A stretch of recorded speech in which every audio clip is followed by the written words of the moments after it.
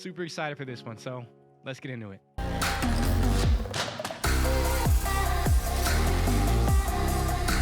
In the past 3 years, I've done around 25 to 30 weddings, and these are some of the best lenses that you can use for your wedding filmmaking. Before we get into the exact lenses that I use, let's talk about how a wedding actually works.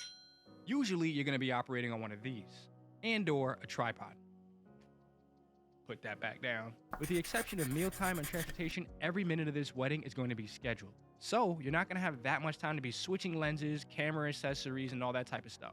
This is why quick releases and zoom lenses are my go-to on the day of filming. Basically, you want to be prepared for anything on the day of the wedding. And like most shoots, you don't want your gear getting in the way of the shot. My people that are new here, my name is Kip Jackson. I'm a filmmaker based out of New York, and I do weddings, documentary work, music videos, and I'm really trying to get into cinematography.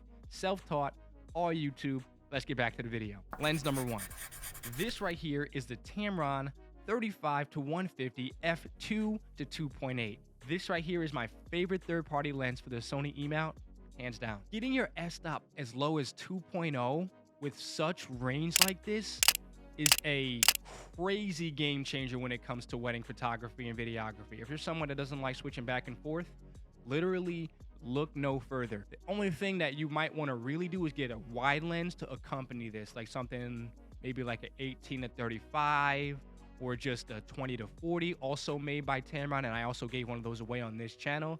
Stay tuned for more giveaways. I've flown this lens with this gimbal, the Sony a7 III or 7 IV with the Rode Video mic, and a battery pack on the bottom of that, and after around 4 or 5 hours, your arms really start to get tired. That is why I recommend my second lens, the Tamron 28 to 75 f2.8 GII. When it comes to wedding filmmaking, especially in the beginning, the clients aren't necessarily always there, but you want to get the best shots for the lowest budget. In my opinion, the Tamron 28 to 75 f2.8 GII lens, such a long title there, but it's a great lens. The range on there is crazy. I have that usually situated with the Black Pro Mist by Tiffin on the top of it, and it's really good to go for the entire day. It's way lighter than the Tamron 35 to 150, but that's a given that it's 35 to 150, you get 115 millimeters of range, where with that, you only get maybe not even less than 50. So honestly, it makes a lot more sense why this is heavy. Honestly, with wedding videography nowadays, you can even get away with the 28 to 75 older edition, like the first model. It's still good in my opinion.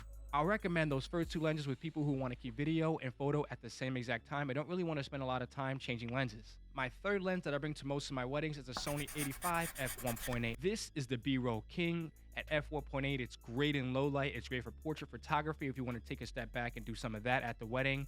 And honestly, I have zero complaints about this lens other than the fact that it's not a lower f-stop. But at this price, you know, what am I really complaining about? If you guys are coming from the APS-C side of things, maybe you're carrying around an A6000 series camera, 61, 63, 65, 6600, and you want a crop sensor lens, the Tamron 17 to 70 works fine, and I actually kind of think that's similar to the 28 to 75 f2.8. It's the same constant aperture, and honestly have zero complaints about either of those lenses.